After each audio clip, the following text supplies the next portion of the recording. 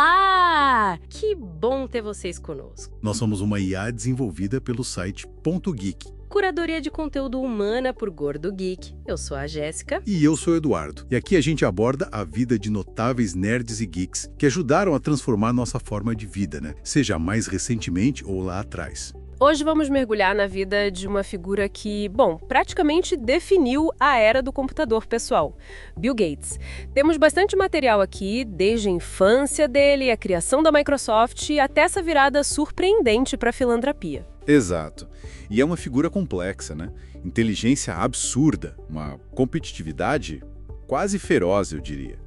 E tem essa questão interessante, que vamos abordar, sobre como certas características, talvez até ligadas à neurodivergência, como um foco muito intenso, podem ter moldado essa trajetória única.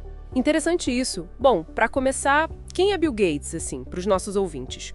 Cofundador da Microsoft, claro, pioneiro do software e hoje um dos maiores filântropos do mundo. Isso, ele nasceu em Seattle em 28 de outubro de 1955. Vem de uma família, digamos, privilegiada. O pai era um advogado de sucesso, a mãe era professora e depois diretora de várias organizações. Um ambiente de muito estímulo intelectual e, claro, com boas condições financeiras. O apelido dele era Trey. E essa coisa de ser acima da média já aparecia cedo. Li que ele lia enciclopédias aos 7 anos. Sim, totalmente. Uma curiosidade insaciável. Era extremamente competitivo até nos jogos de tabuleiro em família. E ele conquistou o distintivo máximo dos escoteiros, o Eagle Scout, que exige muita dedicação, né? Mas parece que na escola regular não foi tão simples, certo? Tinha desafios sociais. Tinha, sim. Ele mesmo já falou sobre isso. Dificuldade de se enturmar, às vezes era alvo de provocações. Teve uma fase meio rebelde, sabe? Os pais chegaram a buscar ajuda psicológica para ele. Anos depois, o próprio Gates comentou que, olhando para trás, talvez ele estivesse no espectro autista, por causa dessa obsessão por projetos, uma certa dificuldade com as entrelinhas sociais, assim. E os pais foram importantes nisso, né? Em apoiar e estimular socialmente. Fundamentalmente, eles perceberam que ele precisava de um ambiente diferente. E aí veio a Lakeside School, uma escola particular, mais desafiadora. Ele foi transferido para lá aos 13 anos. E foi lá que tudo começou a mudar tecnologicamente falando, o primeiro contato com o computador. Exatamente. A Lakeside tinha um terminal de teletipo conectado a um computador da General Electric. Foi ali que ele, ficou viciado em programação. Chegava a fugir de casa à noite para usar o computador da universidade ali perto. Com 13 anos, ele criou o primeiro software dele, um jogo da velha. Ele mesmo dizia que era tão simples que, um macaco venceria. Que figura! E foi na Lakeside também que ele conheceu o Paul Allen. Isso, outro apaixonado por computadores. Eles se uniram na hora, né? Criaram o Lakeside Programmers Group, começaram a desenvolver softwares de verdade, tipo um sistema de folha de pagamento para uma empresa e até um software para organizar os horários da própria Lakeside. Ah, tem aquela história engrafada de que eles modificaram o programa de horários. Isso, para ele cair nas turmas onde tinham as meninas que ele achava mais interessantes. Uma malandragem adolescente, né? Mas já mostrava habilidade ali. E antes mesmo da faculdade, eles já tentaram um negócio próprio, né? A Trafodata. Sim, aos 17 anos. Ele e o Allen usaram um chip da Intel, o 8008, para criar um sistema que lia e analisava dados das fitas de contagem de tráfego das cidades. Chegaram a faturar uns $20 mil. Foi um aprendizado importante, inclusive sobre credibilidade, sabe? Eram muito jovens para fechar grandes contratos. Aí ele vai para Harvard em 73. Influência da família para fazer direito, mas a cabeça já estava nos computadores, imagino. Totalmente. Ele até foi bem no SAT e tirou 1590 de 1600, uma nota altíssima. Mas as aulas que não eram de matemática ou computação, ele não dedicava tanto tempo. Foi lá que ele conheceu o Steve Ballmer, que depois seria CEO da Microsoft. E aí vem a decisão que, mudou a história da tecnologia. Largar Harvard em 1975. Que coragem, né? Uma coragem imensa e contra a família, contra o caminho esperado, mas ele e o Allen viram a matéria sobre o Altair 8800, um dos primeiros microcomputadores. E sacaram que a revolução estava começando. Era hora de apostar tudo no software para esses novos computadores. E aí nasce a Microsoft, em 4 de abril de 1975. Originalmente Microsoft, né? Foco no Altair. Isso. O primeiro produto deles foi um interpretador da linguagem BASIC para o Altair. Foi um sucesso e mostrou que existia um mercado para software de computador pessoal. Mas o grande pulo do gato foi a parceria com a IBM, alguns anos depois, em 77, certo? Para fazer o sistema operacional do IBM PC. Sem dúvida, a IBM precisava de um sistema operacional rápido para o PC deles. A Microsoft, na verdade, não tinha um pronto. Eles foram rápidos, compraram um sistema existente, chamado QDOS, Quick and Dirty Operating System, de uma outra empresa pequena de Seattle, por cerca de $50 mil. 50 mil. E transformaram no MS-DOS. Exato. Eles adaptaram, melhoraram e licenciaram para a IBM como o MS-DOS. Mas aqui está a genialidade estratégica do Gates. Ele convenceu a IBM a pagar cerca de 8 milhões pelo licenciamento, mas a Microsoft manteve os direitos de licenciar o MS-DOS para outros fabricantes de computadores. Ah, essa foi a chave. Totalmente. Quando o IBM PC explodiu em popularidade em 1981 e outras empresas começaram a fazer clones, todas precisavam do MS-DOS para rodar os mesmos programas. A Microsoft licenciou para todo mundo e o MS-DOS virou o padrão da indústria. As vendas da Microsoft passaram de $1 milhão em 3 anos. Foi isso que construiu a base do império. Incrível. E não parou por aí. Logo veio a próxima grande aposta, o Windows. Isso. Anunciado em 83, lançado em 85, o Windows 1.0. Foi uma resposta à interface gráfica que eles viram na Apple, né? Com mouse, ícones. A ideia era tornar o computador mais fácil de usar para o público geral, não só para quem entendia de linhas de comando. E deu certo, né? Demorou um pouco para engrenar, mas eventualmente. Eventualmente sim. O Windows 3.0 e principalmente o Windows 95 foram marcos absolutos. A Microsoft fez o IPO, a abertura de capital na bolsa, em 1986, levantando $61 milhões. Com isso, aos 31 anos, o Gates se tornou o bilionário mais jovem do mundo na época. E veio o Microsoft Office, juntando Word, Excel. A Microsoft dominou o mercado de software de produtividade também. Exato. O Windows 95 foi um fenômeno cultural. Filas nas lojas. Em 1995, Gates já era o homem mais rico do mundo, com uma fortuna estimada em $12,9 bilhões. Ele não só criou uma empresa gigante, mas ajudou a criar a própria ideia de software como um produto comercial, moldando a economia digital. Por que ele era visto como tão acima da média? O que diferenciava ele? Acho que era uma combinação rara. Primeiro, a inteligência bruta, a velocidade de aprendizado. Segundo, a visão estratégica. Aquela frase, um computador em cada mesa e em cada casa rodando o software da Microsoft, parecia loucura na época. Mas ele perseguiu isso. Ele antecipou a importância do software e depois, mesmo que com atraso inicial, a da internet. E ele não era só o cara das ideias, né? Ele estava no código, mas também negociava os contratos. Exatamente. Essa é a combinação rara. Profundidade técnica e habilidade de negócios. Ele entendia o produto no detalhe e conseguia negociar acordos complexos como o da IBM.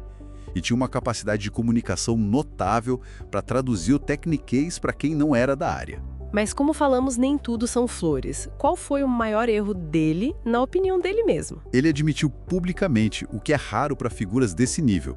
Foi o que ele chamou de má administração que permitiu que o Google, com o Android, dominasse o mercado de sistemas operacionais para smartphones. Ele disse que foi um erro que custou à Microsoft potencialmente $400 bilhões. Nossa, 400 bilhões? É um número estimado, claro, mas dá a dimensão. A Microsoft hesitou ali entre 2007 e 2010, quando o iPhone e o Android estavam surgindo. Lançaram o Windows Phone tarde demais, em 2010. Foi uma lição dolorosa sobre como no mundo do software, muitas vezes o vencedor leva tudo. Quem chega primeiro e estabelece o padrão, domina. Teve outros tropeços também, né?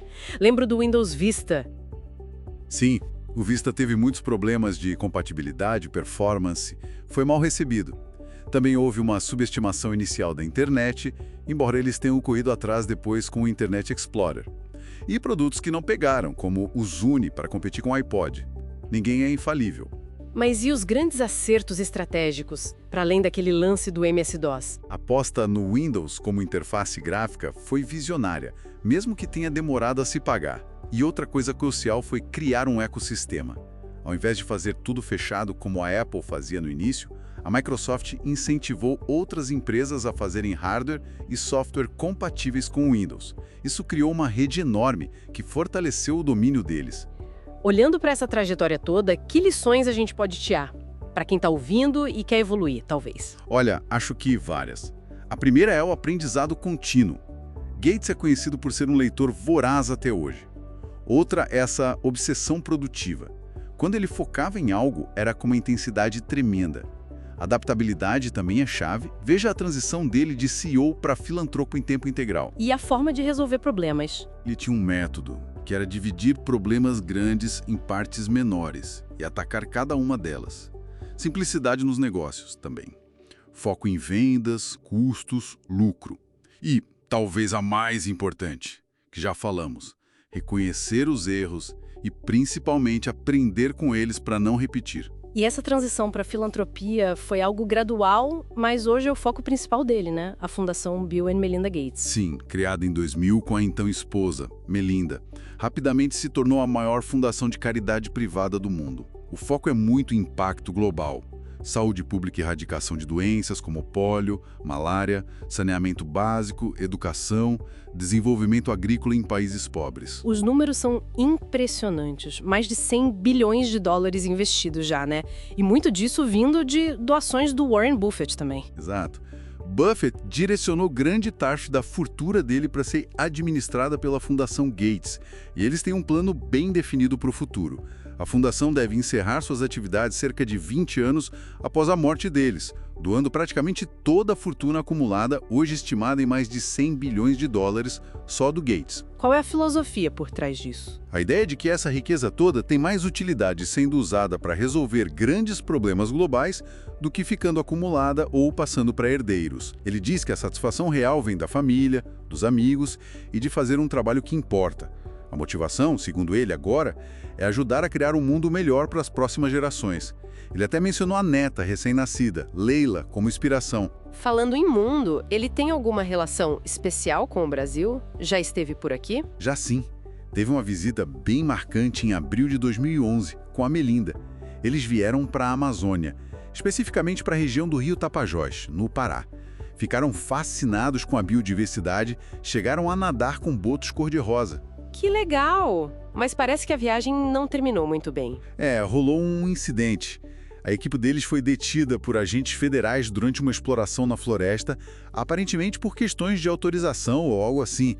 Os detalhes nunca ficaram totalmente claros, mas o fato é que eles tiveram que encerrar as férias às pressas. Foi a última visita conhecida dele ao Brasil. Poxa, mas há interesse em voltar? Parece que sim. Recentemente, em janeiro de 2024, ele se encontrou com a ministra do Meio Ambiente, Marina Silva, lá em Davos, na Suíça. Ele manifestou interesse em visitar o Brasil novamente. Conversaram sobre transição energética, sobre a COP30, que vai acontecer em Belém em 2025. Ah, então pode rolar uma colaboração aí, talvez via fundação. É uma possibilidade. A fundação anunciou planos de investir um valor recorde em 2024, cerca de 8,6 bilhões de dólares globalmente. Quem sabe parte disso não venha para o Brasil, especialmente com a COP30 no horizonte. Seria interessante. Para a gente fechar, tem alguns fatos curiosos sobre ele, aquelas coisinhas que mostram um lado diferente. Tem várias. Já falamos do primeiro software aos 13, o jogo da velha, a travessura de manipular os horários na escola. Ele tem um hábito, desde bebê, de se balançar para frente e para trás para se concentrar, algo que fazia até em reuniões importantes. Se balançar? Sério? Sério? Outra coisa é a competitividade extrema, que ia além dos negócios. Até em jogos casuais, tipo cartas ou croquet, ele jogava para ganhar, de forma bem intensa. Imagino. Que mais? Ele chegou a ter talento para teatro na escola, participou de peças, foi casado com a Melinda Frente por muitos anos, tiveram 3 filhos e o divórcio em 2021 foi bastante comentado. E ele recebeu honrarias importantes, como o título de Cavaleiro Honorário do Império Britânico, KBE, e, claro, o distintivo de Eagle Scout que mencionamos. Uau! É realmente uma trajetória muito densa.